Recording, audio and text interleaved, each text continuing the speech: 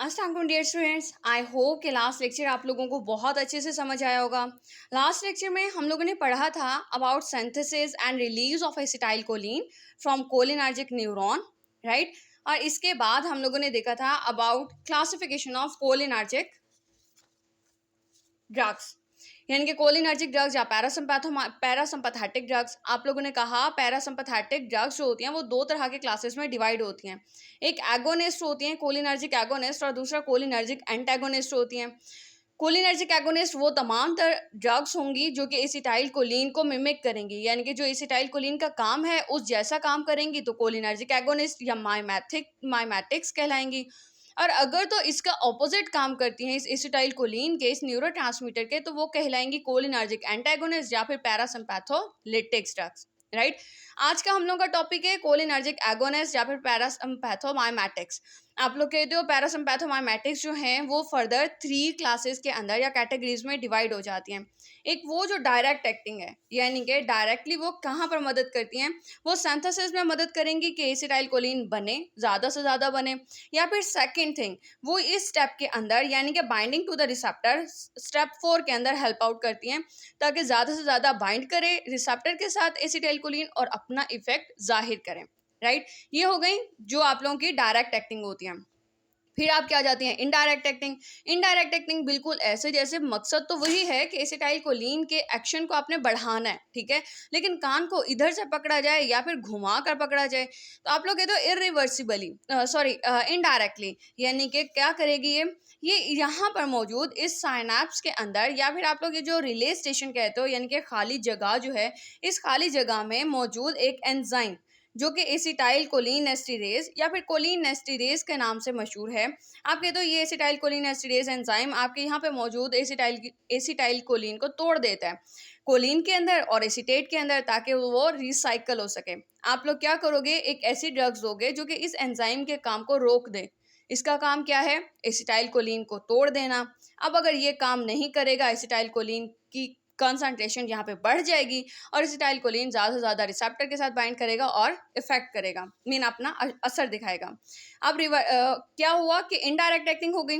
आप कहते हो ये भी दो तरह की हैं, नंबर 1 रिवर्सिबल और दूसरा इरिवर्सिबल। रिवर्सिबल ये कि लाइक अगर तो वो जाके इस एंजाइम के साथ बाइंड किया है उसने, ठीक है, आपकी ड्रग इस एसिटाइल कोलिन एस्टिरेज एंजाइम के साथ बाइंड किया, ठीक है, और इसके इफेक्ट को रोक दिया।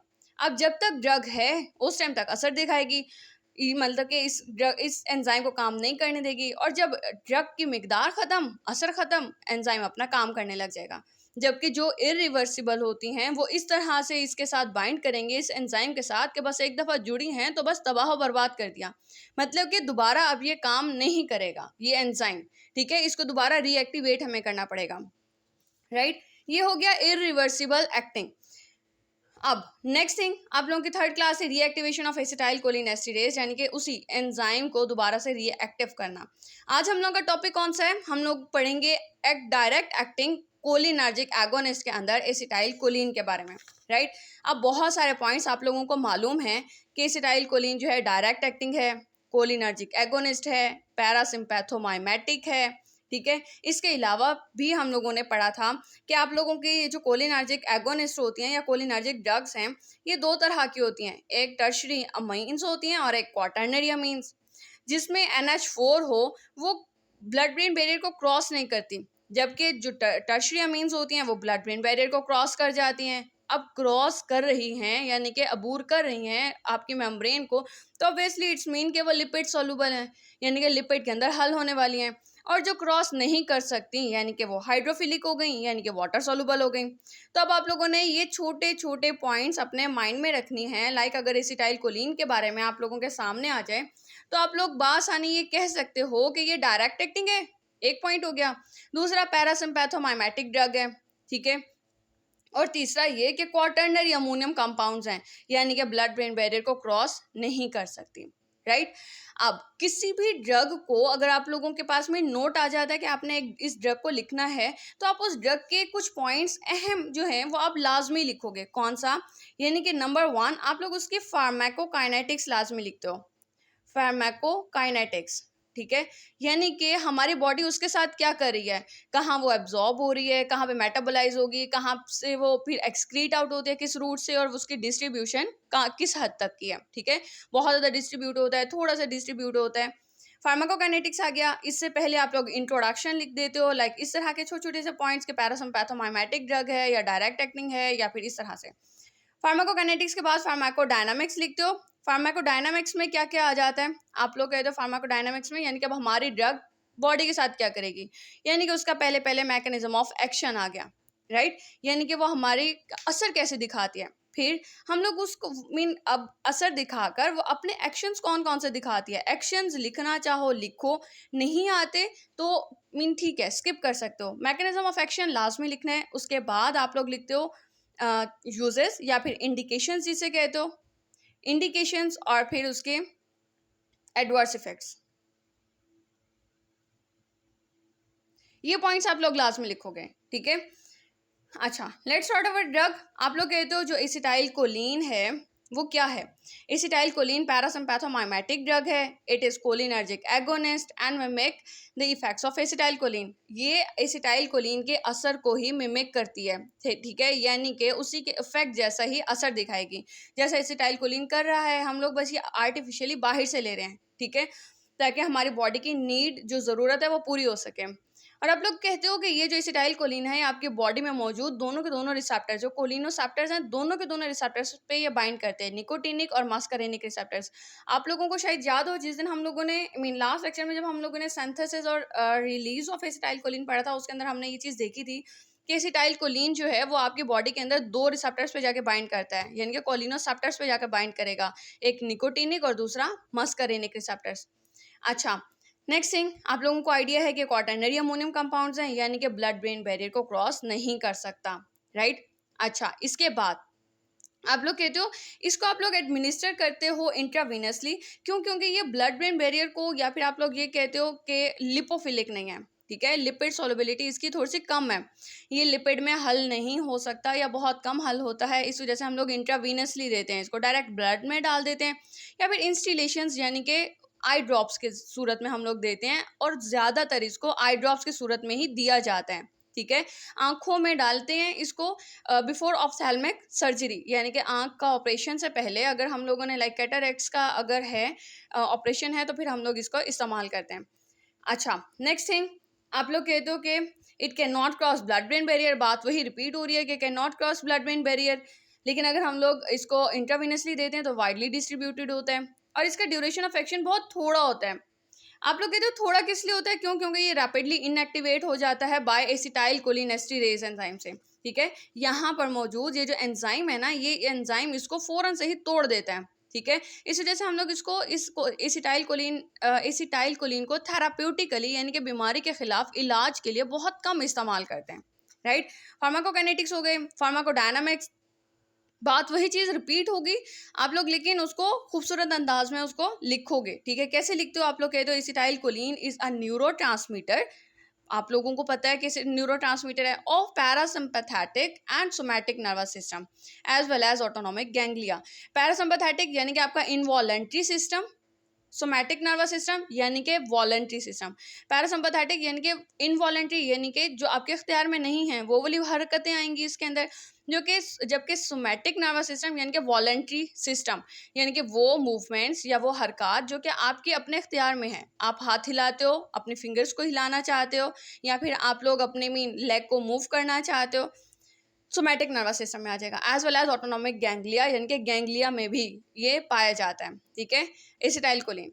इसके बाद आप लोग कहते हो it is not used in therapeutic purpose, ये थेराप्यूटिक्स पर्पस के लिए हम लोग इसका इस्तेमाल नहीं करते, क्यों, क्योंकि इसके एक तो बहुत सारे एक्शंस हैं, मल्टीपल एक्शंस हैं, और दूसरा ये कि इसका ड्यूरेशन ऑफ एक्शन बहुत थोड़ा सा होता है, ये फ़ौरन से ही टूट जाता है बाय एसिटाइल कोलिनेस्टेरेज एंजाइम से या फिर कोलिनेस्टेरेज एंजाइम से, राइट। एसिटाइल कोलिनेस्टेरेज क्या करता है, ये इसको हाइड्रोलाइज कर देता है, तोड़ देता है एसिटाइल कोलिन को एसीटेट और कोलिन के अंदर। ये फार्माकोडायनामिक्स हो गया, या फिर आप लोग कहते हो ये इसका हो गया mechanism of action, right. First thing pharmacodynamics में मैकेनिज्म ऑफ एक्शन आ गया। फिर आप लोग बात करते हो एक्शंस ऑफ एसिटाइल कोलिन। अच्छा, एक्शंस ऑफ एसिटाइल कोलिन के अंदर ये एक ट्रिक है, याद करना चाहो ऐसे याद कर सकते हो, लेकिन इस चीज़ को लिखोगे नहीं, ठीक है। डंबल्स, डंबल्स जो कि अमूमन वर्कआउट के लिए या फिर एक्सरसाइज के लिए इस्तेमाल किए जाते हैं, डंबल्स, राइट। आप लोग कहते हो डी फॉर डायरिया, ये क्या करता है, इंक्रीज कर देता है जीआईटी की मोटिलिटी को, हरकत को बढ़ा देता है। दूसरा यू फॉर यूरिनेशन, यानी कि यूरिन फ्लो को या फिर रेट ऑफ यूरिन को या फिर यूरिनरी अर्जेंसी को बढ़ा देता है, ठीक है। यानी कि यूरिन की मिकदार को बढ़ा देता है, सिक्रीशंस को बढ़ा देता है, यूरिनेशन आ गया। एम फॉर मियोसिस, यानी कि कॉन्ट्रैक्शन ऑफ प्यूपिल करता है, राइट। बी फॉर ब्रेडिकार्डिया, ये क्या करते हैं, हार्ट रेट को डिक्रीज कर देता है और कार्डियक आउटपुट को भी डिक्रीज कर देता है, जिसको आप लोग कहते हो वेगल स्टिमुलेशन, राइट। इसके बाद आप लोग बात करते हो ब्रोंको कॉन्स्ट्रिक्शंस की। ब्रोंको यानी कि जो आपकी सांस की नालियां हैं उनको भी तंग कर देता है। इमेसिस कॉज करता है, यानी कि नोजिया या फिर मतली या कै का आना।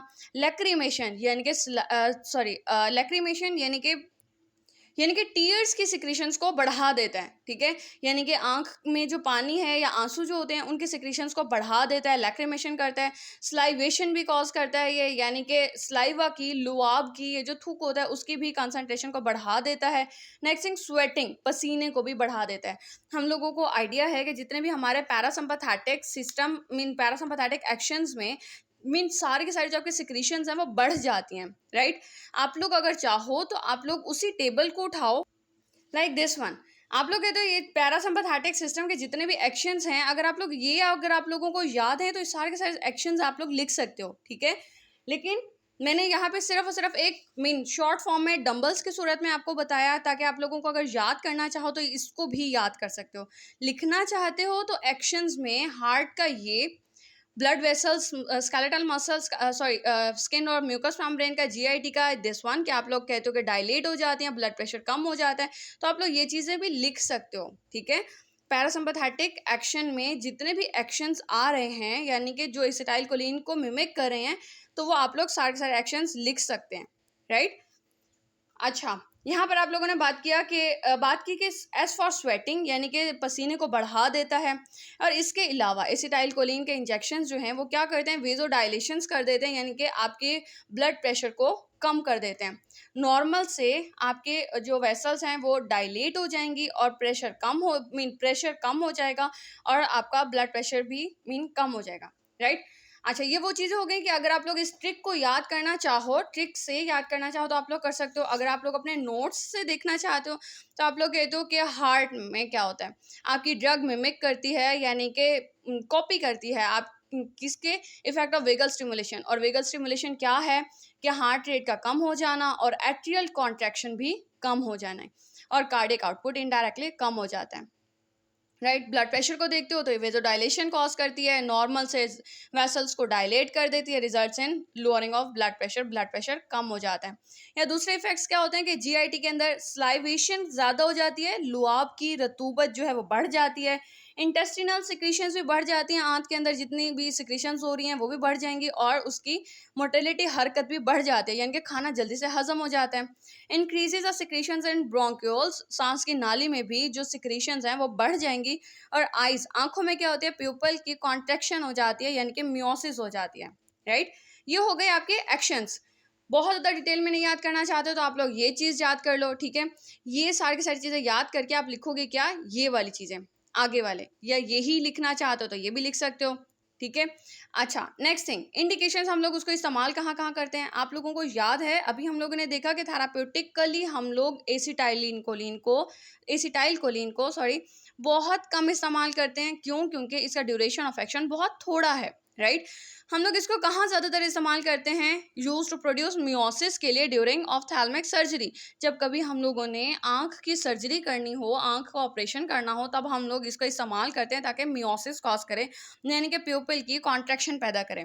Next thing, it is generally not used as therapeutic purpose because it is broken down very rapidly. क्यों? क्योंकि टूट जाता है बहुत जल्दी से बाय एसिटाइल कोलिनेस्टेरेज या फिर कोलिनेस्टेरेज एंजाइम, राइट।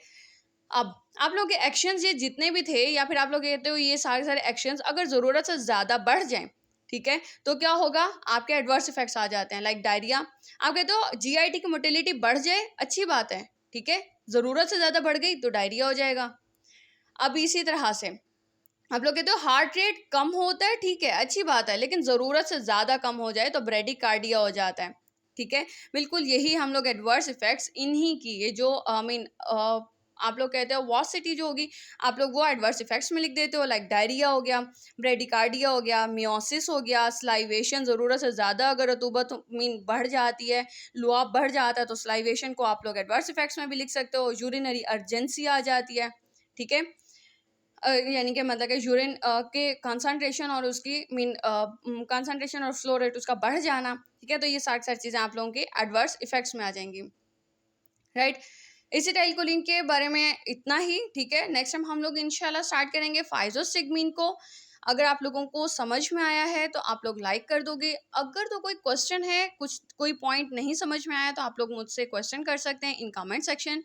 और अगर अभी तक आप लोगों ने सब्सक्राइब नहीं किया तो kindly subscribe my channel. Thank you so much.